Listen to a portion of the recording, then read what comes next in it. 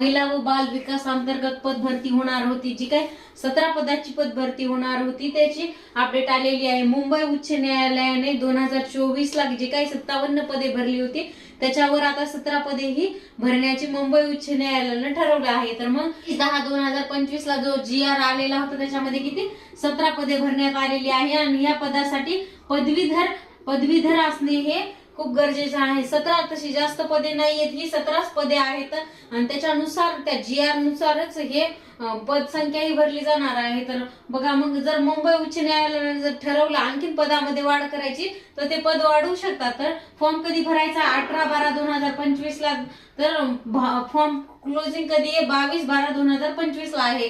संरक्षण अधिकारी गट क हे पद आहे. तर अशा पद्धतीने हे आणि वेतन श्रेणी S6 नुसार आहे. S6 नुसार ही वेतन श्रेणी आहे. ज्यांना कोणाला फॉर्म भरायचा आहे त्यांनी नक्कीच हा फॉर्म भरून शकता. कॅटेगरी नुसार ह्या जागा आलेल्या आहेत. ओपन कॅटेगरीसाठी जास्त जागा आहेत, इतर